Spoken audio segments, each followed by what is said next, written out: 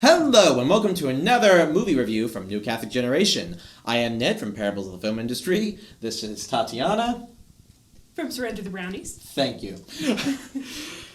This is Joe, that Catholic apologist. Do you want that? I'm calling you that, okay? That Catholic apologist, all right? Okay. That's a Catholic apologist. Yeah, exactly. Yeah, that'll be your theme song now. Okay. And Marc, who is not David or Renee.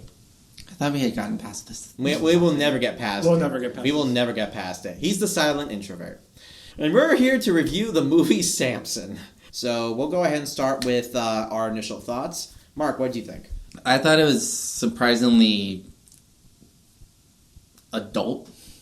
That'll be a good word to say. For a PureFlix movie, yeah. Well, for any movie, it was quite gory. Yeah, like there was a beheading, there was a lot of death, in PG-13 fashion. In PG-13 fashion, it was pretty violent. I didn't hate it. I just thought there were many other better movies out there. But for PureFlix film, I thought it was, I would say maybe B-.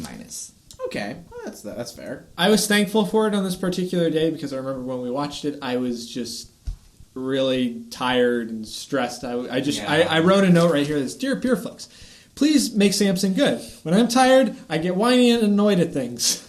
I am tired. I am not succeeding at getting things done in my life. I need something good right now. Please, thank you. So it could have been better. It could have helped me out more, but it didn't get me to the point where I was just hating its guts either. So I'm very thankful for that. I thought they did a fairly good job at developing fairly well two different love stories in the same movie. Yeah. There was one problem in particular that I did have with how they ended up choosing to go about the story. But they did overall actually stay true to a lot of the biblical points of what actually happened. So, Yeah. Tatiana, what do you think? I surprisingly liked it. I was not impressed by the trailer, so I went into it with low hopes. Yeah. But as has been stated, I give it a solid B-. Just decent acting, decent storyline. It was unintentionally funny that they would show eyes getting plucked out on screen, a beheading, the jawbone of the axe, and piles of corpses, but they wouldn't show more than a chaste, closed-lipped kiss between Samson and Delilah.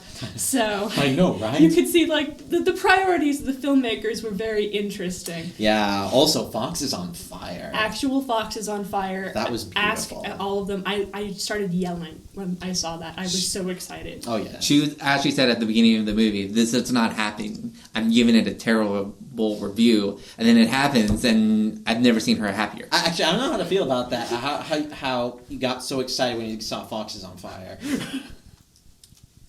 She's more sadistic than I am. what does the I'm fox hard. say? Ow, ow, ow, ow, ow, ow. All right, I'm leaving. Oh. I enjoy the idea of cute, cuddly, wuddly forest creatures being murdered. Meanwhile, PETA comments on our video.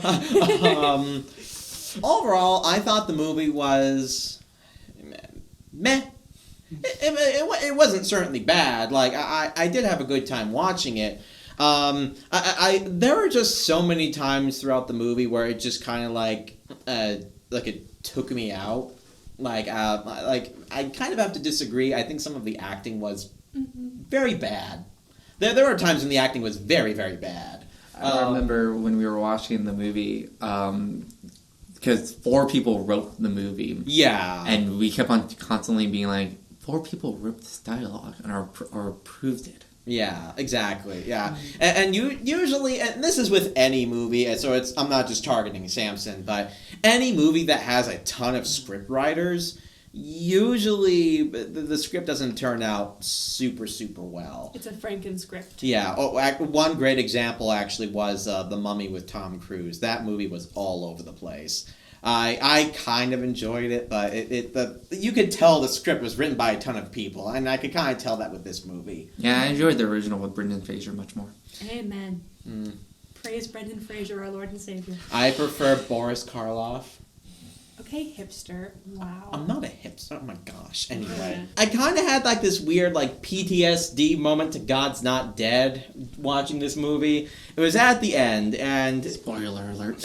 if you guys read the Bible, you know what happens. I was surprised by it. The book's been out for like 3,000 years at this Only, yeah. So if you haven't read it by now, anyway. So basically, obviously, when Samson, regains his strength and everything, he winds up, bringing down the entire building upon everybody and kills basically everybody. So Delilah is there when he dies, and she dies too. But right before she dies, she has a conversion moment. I didn't have a problem with that. Delilah, played by Kevin Sorbo. Yes, Delilah played by Kevin Sorbo. That is one heck of a makeup job. Yeah, it was a very good makeup job. What can we say? Well, didn't they have her being sorry, like in the dungeon with Samson? That's the thing. That's what you're talking about specifically. Yeah, she was like sorry in the dungeon, and she was kind of like sorry right before they all died. Mm-hmm. She was sorry when she was cutting off his hair. She was sorry when he got tortured. She was sorry, and she went back to plead for his forgiveness. All of which reminded me of, well, kind of that like a direct parallel, but Judas to Jesus, which is what they were kind of going for. I think that's understandable, but it's just like one of those things because it's not really touched upon in the Bible. Where I'm sure like it wasn't bad. It wasn't God's Not Dead bad. But it was, I don't know. For some odd reason, I was just like, this is reminding me of God's Not Dead, and that's not a good thing. So see, I had a problem with it too, actually. Any other context, I think, actually, I might not have had a problem with this particular part about her being sorry and everything, and that whole dynamic.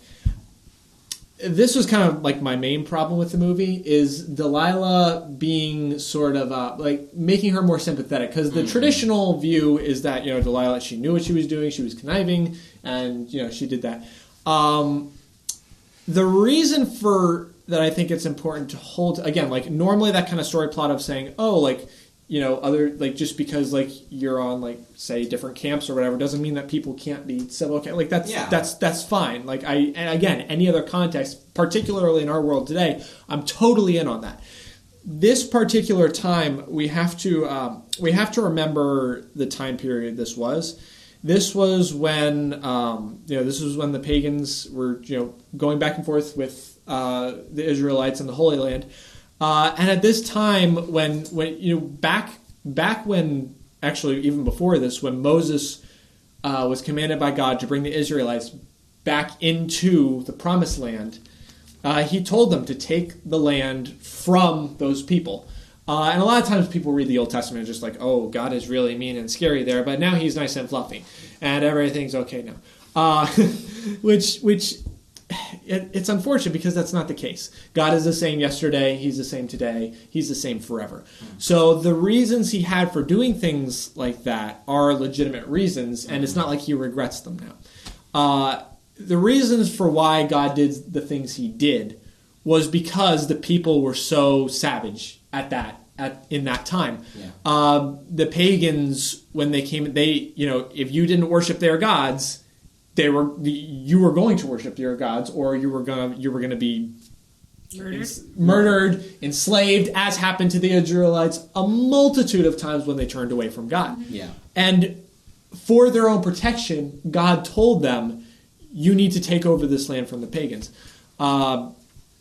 So it's always kind of like, oh, God's doing all this mean, scary stuff. He literally is doing it because he knows exactly what's going to happen. He's in every single moment of time. So he does the things he does for this reason, and says specifically, don't marry the women of pagans because they are going to bring their gods in, a la Solomon. They're going to bring their gods in and going to try and convert you. So that's where the problem with this film, I think, lies, is they might have looked at the scriptures and said, oh, well, Delilah has her cutting up, but like it never says specifically, so we should be able to take license with this. You can't exactly, because if you're looking at the promise of God, at why God did what he did, of saying, don't marry these people, but then Samson goes and marries them, and then or is in love with them, is trying to pursue a relationship with them, then it's kind of making God look like, oh, God didn't know what he was doing, and like maybe God should in these allow this, and why is he doing this when everything is okay? So that's just kind of some of the things you got to think of. That this whole, I can understand why you would think at first just by reading it on the surface, you think you could do it, but you can't just kind of look at the surface of Scripture and kind of cherry pick it. So I kind of had a problem with that. That's fair. Joe, respectfully as your dear friend, I think you exactly missed the point. Okay, what's up? They do repeatedly talk about in the movie how Samson is not supposed to be marrying those women, how it's a big deal. His father disapproves of his first marriage that eventually leads to his dad's death. Mm-hmm. Everyone disapproves of his relationship with Delilah. But the thing that Samson is supposed to learn over the course of this is that Samson doesn't make the rules. From the very beginning to the end, you see Samson going against the rules of even the people who love and care for him, stamping on his brother, on his parents, on his village, really just seeking glory, seeking his own wants and desires, which often just are women. Mm-hmm. And that in the end, Samson comes to realize, in the great ending scene, which I really enjoyed, that his strength, his talents, his powers were not given to him so that he could break the rules and become a king and a master of his own destiny and do whatever he wanted. His powers were given to him for the service of God, which I think was a great message, that serving himself and breaking the rules and going around what God wanted really led to Samson's downfall, and he realized that. Well, I totally agree with that, and I'm not, but my point wasn't to try to say that this is what they were trying to communicate. The point is, this is a problem you run into when you're looking back at the Old Testament of what God commanded. The fact is, people did intermarry horribly back then. Oh, they did. I'm not saying it didn't. Listened to that. How many times did Israel fall? If you're talking about the king specifically, if you go to the Old Testament, you're just like, oh, this Israelite king, was he good or bad? Like 80% of the time, he's going to be bad. Well, I mean, I was sitting in adoration today, and I was just reading the book of Judges because I do that, and it was just. All these people who God chose and God gave power to, and so many of them just broke God's rules left and right. Yeah. Even up to Saul, who was just anointed and chosen and so important. This is kings, but I also like kings. And then Saul went off the deep end because he thought he was the master of his own destiny and he could break the rules. Right, and I mean, no, absolutely. Supposedly, good people in the Old Testament break the rules all the time. Don't have a problem with that. Again, my issue is with the way they portray Delilah as according to the Scripture, Fair enough. Because it makes God's command look like, oh, why did you do this? Mm-hmm. I mean, that's fair. I think I definitely see both of your points, and honestly, they're both extremely valid. I think from a storytelling moral relativist. I am not a relativist. Oh my gosh!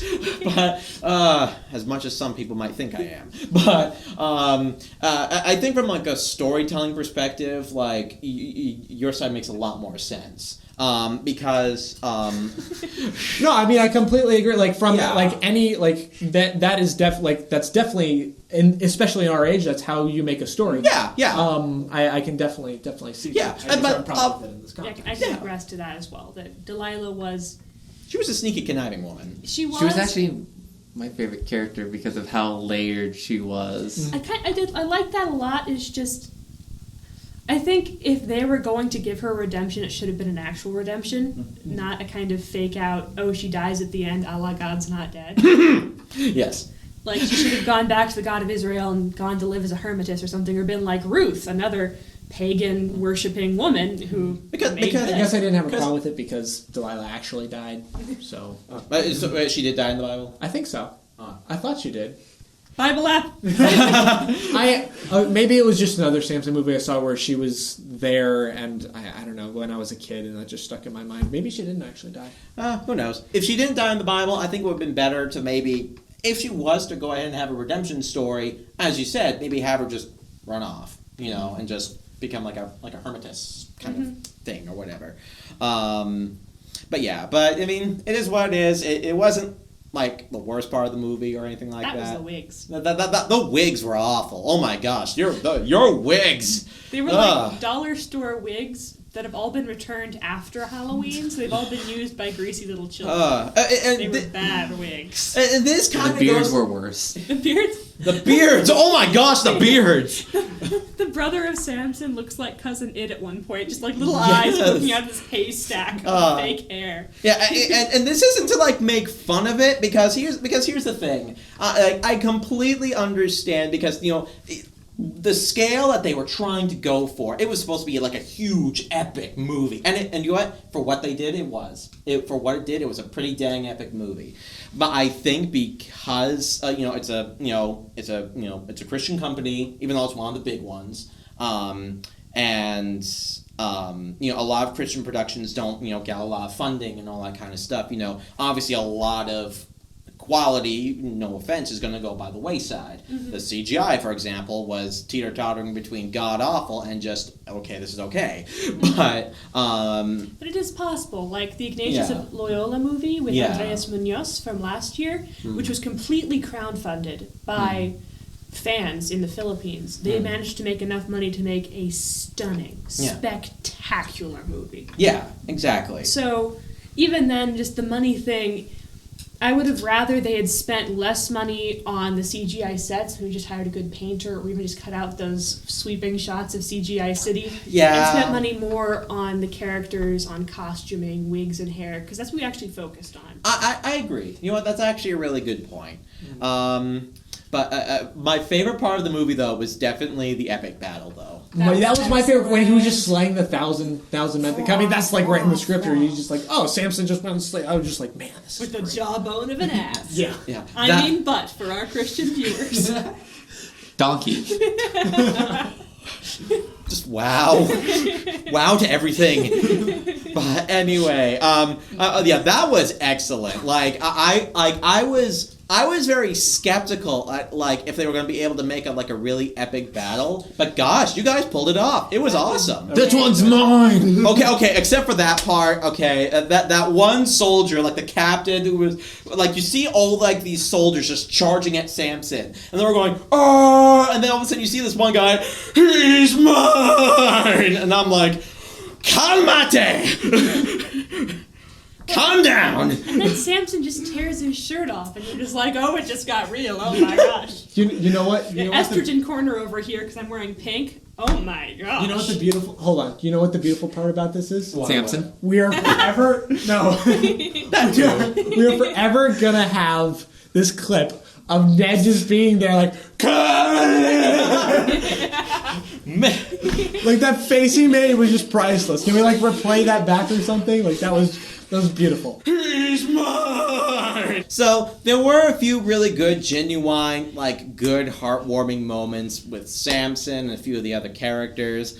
There was one actor who I didn't recognize at first because he was wearing a really awful wig and beard. But who wasn't? I know. Samson's father. He's actually one of my favorite actors, and he was in this movie called Lady Hawk. Ooh. Yeah, and that's one of my favorite movies of all time. And he plays a black knight called Navarre, and basically the story of that is there are these two, a knight and this woman who are basically cursed by a very corrupt bishop. And basically he calls upon the powers of hell. It's very interesting, and he curses this couple to Our next review. what? Powers of Heck. Oh, sorry, the powers of heck. Christian channel. That's right. Anyway, I really loved him in that movie because I really loved how much of a courageous knight character he was in that movie. So when I saw him in this movie, I recognized that was him. I'm like, holy crap, this is awesome. I actually did like him. He was okay. He was a good. Dad was nice. He was just trying to get Samson to stop being such a jerk to everybody. And I will admit, I was pissed when he died. I was really Stop pissed. cussing on the Good Christian channel. You made me swear on a Christian channel. Teed off. Sure, we'll go with that. Annoyed. There's literally Irate. Irate. Anyway, I was mad when he died because I liked him, but it's understandable. It had to further the plot. But anyway, and it's what actually happened in the Bible. And it's actually what happened in the Bible. Yes. So. So anyway, what closing thoughts do you guys have for the movie? I was going to say in regards to the family is the fact that I thought it was funny that they looked nothing like Samson. A bunch of blonde people, and then, great. This is so true. They look nothing Actually, like though, Samson. yeah. Yeah, and I love the fact that they try to be regional appropriate for Samson, and he's the only person in the entire cast that they Samson do. did have a miraculous birth in the Bible. The true miracle is that he was born of a different race than the rest of us. Not only did he have a different race, he had a different accent. He did. It's true. He was... Wow. And so... Good Lord dragged and dropped him out of somewhere else. I want the fans to know that we are aware of the fact of everyone else besides Samson, and maybe Delilah and his first wife were white. Yeah. Very white. Very, very white. And everyone had CGI eyes. She kept on mentioning Watch that. out Yeah, for yeah, the CGI eyes. I kind of don't get it, but at the same time, their eyes were a little bit bright. I don't. They this is CGI'd the weird. whites to Yeah. be like Snow White, like a tie-dad. And Tie-dad! Sorry. that was what I was going for, you jerk. Don't ruin it. Maybe that's where all their budget went. Because low-key, this is a tie-dad. Then everyone had big sparkly green and blue irises like a cartoon. And it was just really idiosyncratic because they were normal faces and then suddenly anime eyes. It was a tie-dad before tie-dad. Oh my goodness. No. Tie-dad Inception! The first tie-dad was the Great Flood. That is awful. Oh my gosh, you terrible human being. And everyone tries to call me awful. Has anyone ever? I don't call you awful. Okay, Joe doesn't call me awful. Mark calls me awful. I do it on a daily basis. They Yes. washed the whole earth clean. Think about it. Oh my gosh. Moving on from that topic. We need a commercial break for these things. We seriously do. Desperately. We need a tie-dad. Anyway, does anyone else have any closing thoughts? Joe? Don't completely base your theology off it, but for the most part, it has a good history of the actual story of Samson. It's an enjoyable movie, so if you Do your research. do your research. If you want to, hey, it's Valentine's Day, the day we're filming this, so go and see it with your significant other if you want, and enjoy that kind of thing. Go see it with the whole church if you're a priest. If you're like a significant other, you and your significant other are like rebels and like heavily focused on the Old Testament, where everybody else ignores it. This is the movie for you. Wow. Just wow. Tatiana, final thoughts. It's not for children. Yeah. Do not take your kids to see this. If you Really? think it's going to be a good family-friendly Bible movie to get them ready for Easter, because there's definitely a lot of violence. There's a big heading in it. There's Yeah. Samson's eyes are put out on screen, and then they show his empty eye sockets. There's blood. That was horrific. I was nauseous. I don't like gore. It's why we don't get along at all, because I hate gory horror things. That's true. And then there's me, the horror fanatic. I mean, it's actually really funny because you kept complaining, not complaining, but mentioning the gore and everything. I'm like, you know nothing. Yeah. Which is okay, but I get scared by a Muppet Christmas Carol, so I don't know. what? Anyway, Moving on. Yeah, please move on. I'm also highly disappointed in our fans for missing the cup gag from the Yeah. episode. Seriously. Did nobody It's been up for comment on the months cup? and nobody's caught it, and I hate every one of you. You need to all up your Patreon subscription money things just to make up for how ashamed we are of every single one of you. She speaks on her own. Yeah, Speaks on because the I still love love you talking guys. to you guys. Yeah. Yeah, you guys are amazing. Yeah, Keep the comment. Keep playing good cop, bad cop. I think we got him where we want him. We love you all. We really I love do. most of you. No, I know. I love you all, including the people who hate me. That's all right. But It's anyway, almost yeah. like you're a Christian. What? It's almost like you're a Christian. I know, right? A lot of people don't think I am, but holy crap, I am. Stop using crap! Do you know what? Crap. If you use crap, you go to hell! Crap! Heck! You go to heck! Thank you for watching this movie review. I didn't say I didn't give my final thoughts, Joe. You're at it. No, just kidding. Go ahead. You're out of line!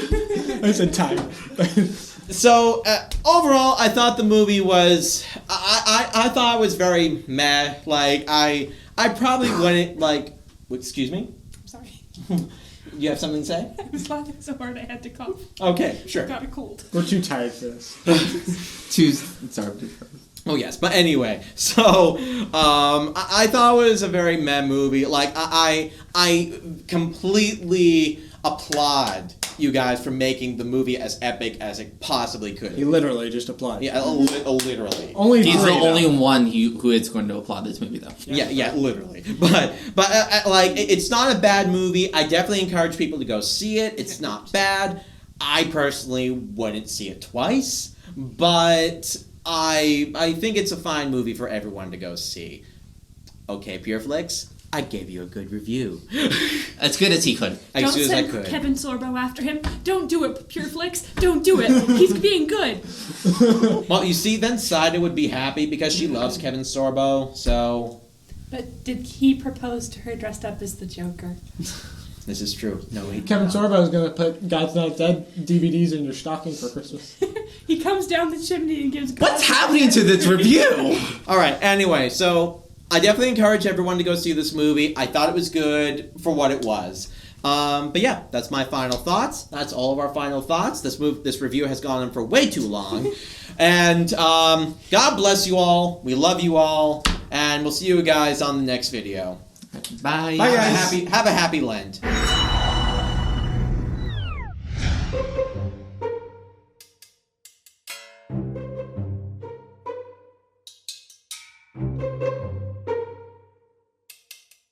Thank you.